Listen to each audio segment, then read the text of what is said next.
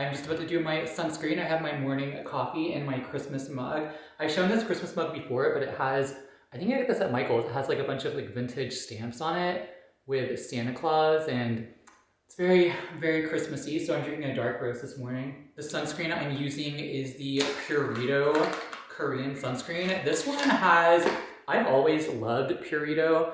This one is a chemical Korean sunscreen, so it has about four chemical filters in here that aren't technically available in the US, but I did get this on Amazon from like the US site, so you can definitely get this on Amazon pretty easily. People ask me a lot if I prefer chemical sunscreens over mineral sunscreens or vice versa.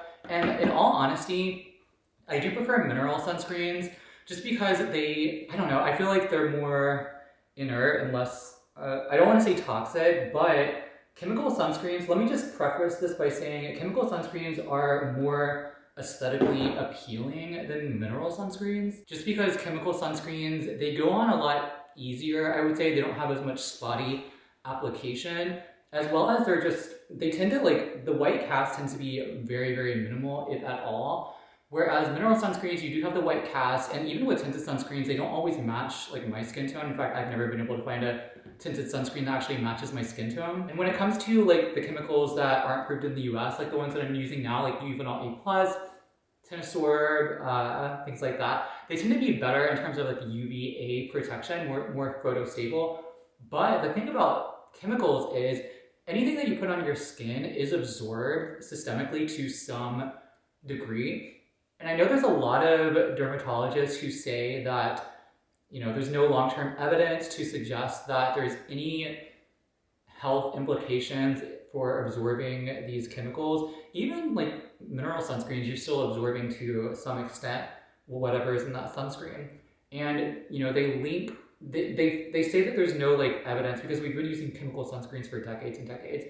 And my question is, and I'm not as well versed in the literature, I suppose, as maybe a dermatologist would be, is there no evidence to suggest that there is no health implications associated with chemical sunscreens because there are studies, there are long-term studies, or is there no evidence to suggest health implications because there are no long-term studies? That's what I would like to know, is sort of like, what do we have evidence? Do we have long-term studies where you're like monitoring these people over many years of sunscreen application and seeing what the potential health implications are? Or do we not have that evidence, and that's why you can technically say there's no evidence to suggest that there's health implications? Now, I'm not trying to fearmonger just because, you know, I do use chemical sunscreens. I don't use it every day. I tend to use more so mineral sunscreens every single day. But that being said, I do like chemical sunscreens, especially Korean chemical sunscreens, like the Purito sunscreen, because it tends to be more moisturizing. It has ceramides in here, has a lot of moisturizing ingredients. It's cosmetically elegant. I don't use it every day. I use it maybe 1 to 2 times per week.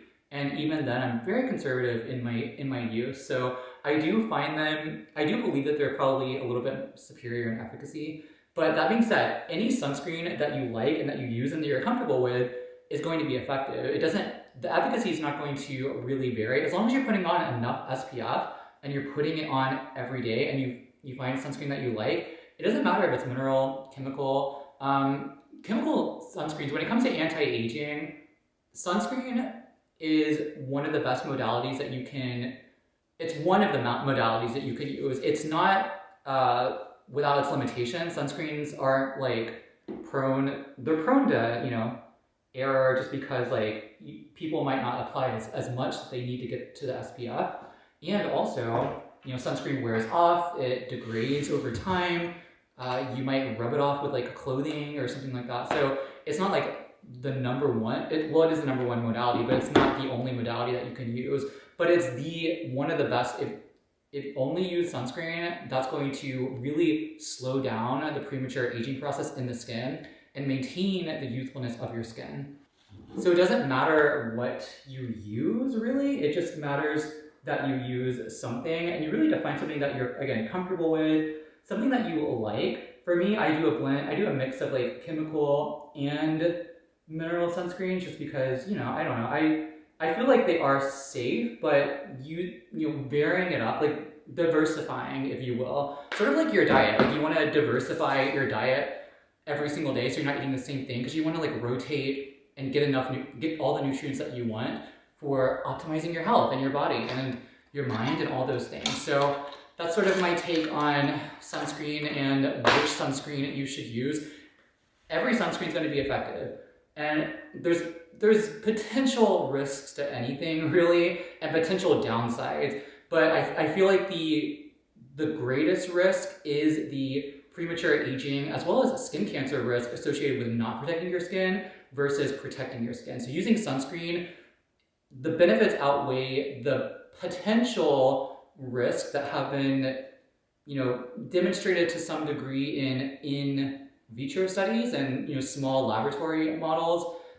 We really do need long-term evidence though on chemical sunscreens, both in terms of like the US chemical-based mineral sunscreen, or the US chemical sunscreens like avobenzone, octocrylene, octisalate, and these filters have been used for decades and decades. But we definitely, I believe we need more long-term research monitoring these people and monitoring people who use those sunscreens over many years to see, what is there. I don't know. I'm not a dermatologist, I'm not a researcher, I'm not like someone who is well versed in sort of like the longitudinal studies of sunscreen, but I do believe that we do need more research on it.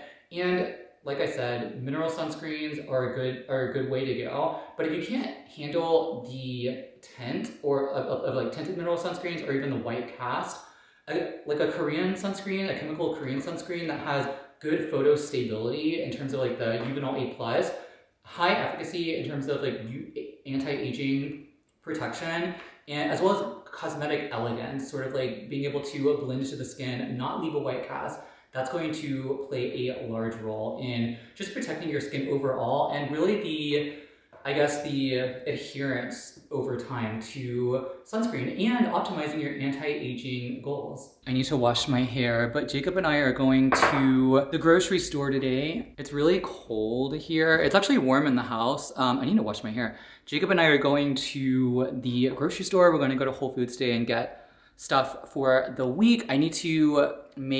We're gonna make Indian food tonight for dinner. I'm gonna make the naan. So I am gonna be using real wheat flour because it's like a yeasty flour. I love making naan, it's really good. But I'm gonna use the whole wheat flour, which we have, but I need to get other ingredients for the week. I'm making some beans on the stove, some black beans. Black beans are pretty easy to make. I have these soaking right now, but they're a really good source of folate and folic acid, folate.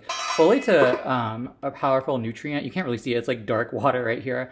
But folate is a really powerful nutrient in terms of breaking down homocysteine, which is the marker for inflammation. That accelerates the aging process. May also accelerate premature graying of the hair. Here's my OOTD. I've shown this before. I actually wore this in maybe the second Vlogmas vlog that I did this year.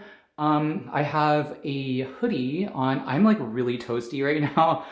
Even though it's like 25 degrees outside. I have a hoodie on, a green hoodie that I got on Amazon. And you know what's cool about this hoodie is that it has the thumb holes, so you can like use that for the sun protection on the backs of the hands. It's not really focusing, there you go. So it has these thumb holes. And I think it's also like an eco-friendly hoodie. I think it's made with like maybe recycled materials, I'm not sure. But yeah, I really like this. If you try to buy it, I'll put a link down below if you want to check out the hoodie. But if you do buy it, they tend to run a little small. So I would definitely suggest getting a size bigger than you normally wear. So this is a small, and I feel like I should have gotten a medium for the hoodie because it doesn't really like cover, it's like really tight right here and with the thumb, and doesn't really cover my whole hand. So I think I need to repurchase, maybe get like maybe a medium because this is a small. But yeah, this pullover though is a small. It's a little bit more like boxy and big and cozy, which I really love. But this is a pullover I got at Hollister. And it says right here, well, let me see, it's backwards, but it says, can you see this? Is it too dark? Monte Carlo, Monaco. It's not really, there we go. Monte Carlo, Monaco. And it's basically, kind of looks like I got this at a golf resort in Monte Carlo, or that I work at a golf resort in Monte Carlo. I'm sort of like I don't know, I like those vibes. But yeah, it's keeping me really warm and toasty. In fact, I might have to turn on the air conditioning because I'm like a little too warm. And yeah, I think I'm ready though. I think I have my sunscreen on. I am dressed. I had my coffee and I'm ready to go to the store. All right, we just got back from the grocery store and here are all the goodies. We actually got a lot to just sort of like stock up. This week I got some organic bananas. I tried to get the green bananas just so I can get that fiber, the prebiotic fiber. The green bananas have more of that and also less sugar. So I got that. And for my plant-based beta carotene and alpha carotene, got some carrots. I usually blend these in smoothies, but you get a good source of vitamin A in here. Your body still can use plant-based vitamin A as well as animal-based more readily for the animal-based, but plant-based vitamin A, your body can still use barring any sort of genetic mutation.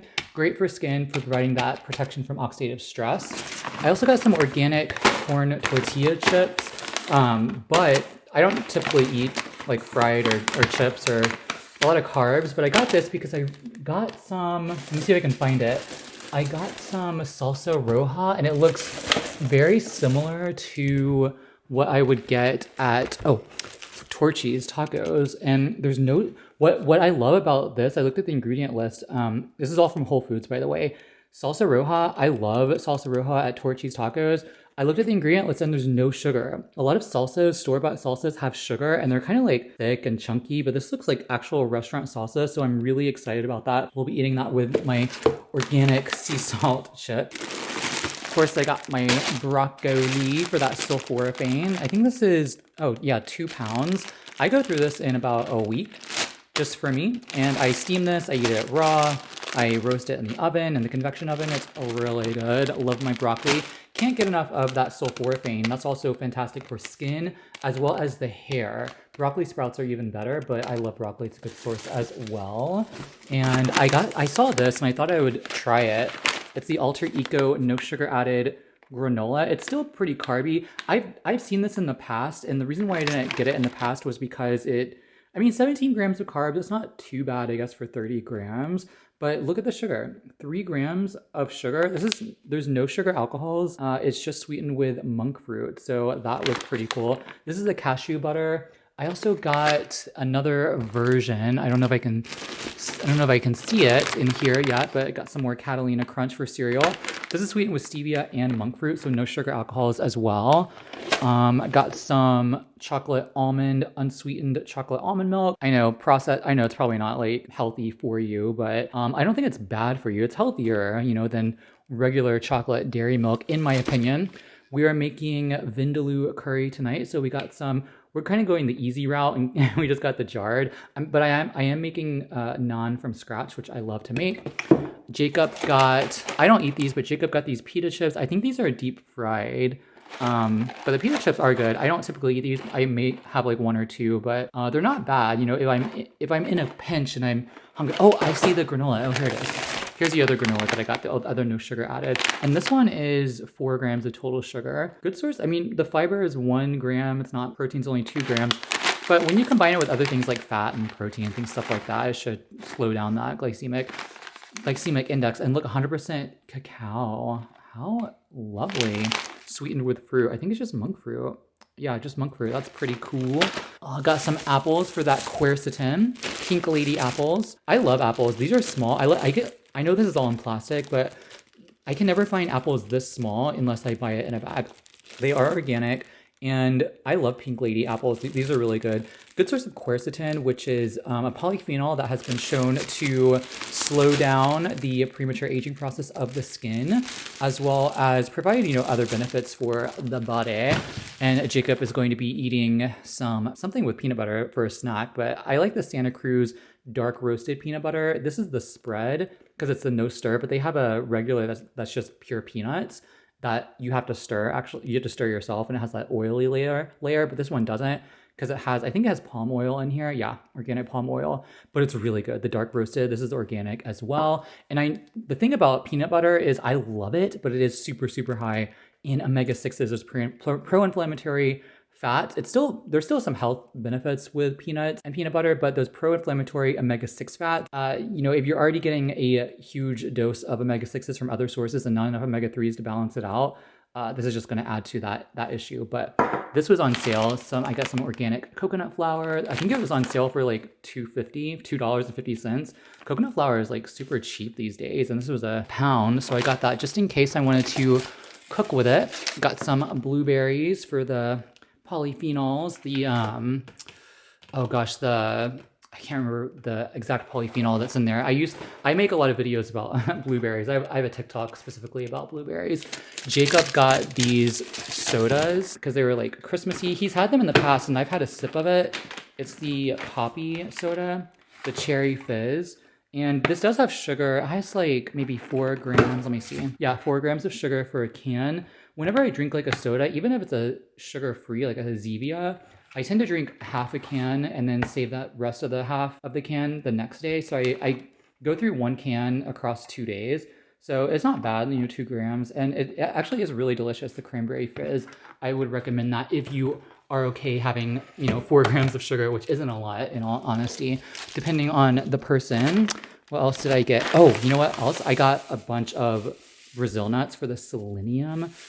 I need to make a video all about selenium and its benefits for the skin because it is amazing for fighting. I'll make a video about this, but it's amazing for fighting the free radical damage that accelerates the decline in collagen, in collagen via certain enzymes. So I'll talk about that in a future video. And look at this, wild. This is Buddha. It's called Buddha hands. And it says you can zest with it, you can infuse tea with it or something. I don't know. I need to figure out what to do with it, but isn't this crazy? It looks like a octopus or something crazy. I don't know. Let me know in the comments if you've actually cooked with this or eaten with this. I think it looks so cool. I can't wait to, maybe I'll do a vlog specifically doing something with it. I don't know. I need to look up the health benefits too, if there's any like certain nutrients that it's high in. I also got, this was on sale, my Base Culture bread. This is a keto friendly bread that is made with, I think, almond butter, flaxseed meal, psyllium husks, things like that. So nice sandwich bread, I would say. Let's see, Jacob picked up this lamb shank. I guess we're doing lamb. Oh, I think that's what we're doing. We're doing lamb vindaloo tonight. And I got some more milks. I got my flax milk that I usually use for my smoothies and whenever I have Catalina Crunch cereal. I got the vanilla because I really like vanilla flavored, but this is unsweetened. 5 grams of protein, has protein added to it. And it has flaxseed oil, cold pressed flaxseed oil that gives, I think 1,200 milligrams of omega-3s in a cup. So I got that. Jacob got some almond milk. Almond Breeze almond milk, unsweetened as well, not unflavored. Did we get anything else? I got some more venison for me to blend in with my my liver, my beef liver, because that sort of hides it and masks it well. Venison, this is pasture raised ground venison. It's pretty lean. Like if you eat meat, it's pretty lean. It's about 4.5 grams of fat for 4 ounces and 25 grams of protein. That's an amazing source of protein for just 4 ounces. I'm going to try this. This is a no sugar added like jam. I'm thinking about see if I can make peanut butter and jelly sandwiches because I haven't had that in a long time with this bread.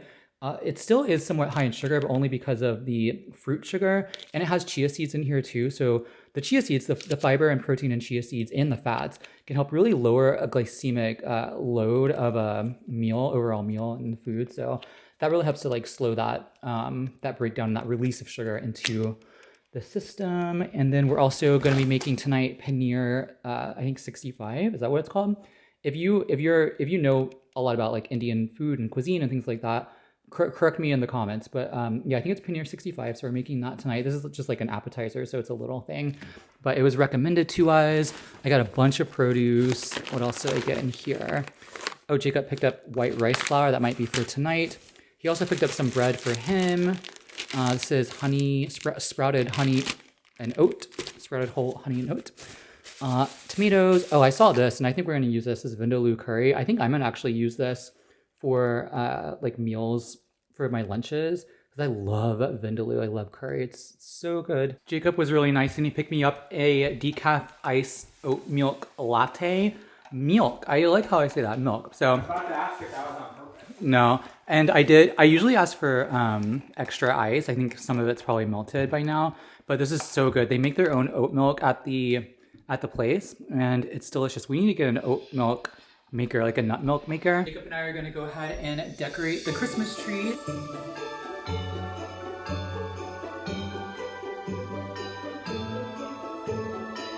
All right, here is the final product with all the ornaments on. I think it looks pretty good. Still had some ornaments in here, but we got a little tired, so we decided to just go ahead and call it a day. But I think it looks really good. I like this candy cane one. And Jacob found these little houses that are really cute at McGee, McGee & Co. And it's pretty. And we have this from last year, put it on the hearth. I suppose this is the hearth, right? Got this at home, this fresh cut Christmas tree. I think that's cute. And then got some fake flat like floral arrangements, and I put this in last year, and I think that looks good. It's very Christmassy now. And now I'm getting started on the naan. So I have the yeasting, and then I scrambled an egg with some milk. And then I just have to add all the flour. I'm gonna use whole wheat pastry flour. The whole wheat pastry flour tends to, I'm using whole wheat just to have like more nutrients, more fiber, more protein. But pastry flour, if you get whole wheat pastry flour, it's a little bit softer than regular whole wheat flour. So it tends to make like a softer bread versus a regular whole wheat. So that's what I'm doing. You know, obviously I don't tend to eat wheat or gluten, but with naan, you kind of have to do that, right? Because that's just like traditional. So yeah, I'm gonna go ahead and get that cooking. All right, so I have my naan dough that I've already rolled out. It rose for about an hour and a half, and now it's going to rise for about 10 to 15 minutes, a little bit more after I've rolled it out. I think I should have probably put it into disc before I rolled it out, but that's okay. It's gonna rise, and then I'm going to fry it up. Well, kind of like cook it over the stove in a cast iron skillet. Jacob just fried up some paneer 65, and he's gonna do a little bit more. And I have the naan cooking right now. I have to make sure that I pick it up at the right time. Looks like it could cook for a little bit longer on that side before I flip it. I accidentally broke it a little bit, but it looks like naan. It's just a little bit more golden, I feel like, but it looks pretty good. Since it's Vlogmas, I thought I would take you along. Me and Jacob are gonna go look at Christmas lights at the zoo. They have like a huge Christmas display every year. So this is my first time actually doing it. I'm really excited. So I'm gonna go ahead and take you along. Let's go look at some Christmas lights.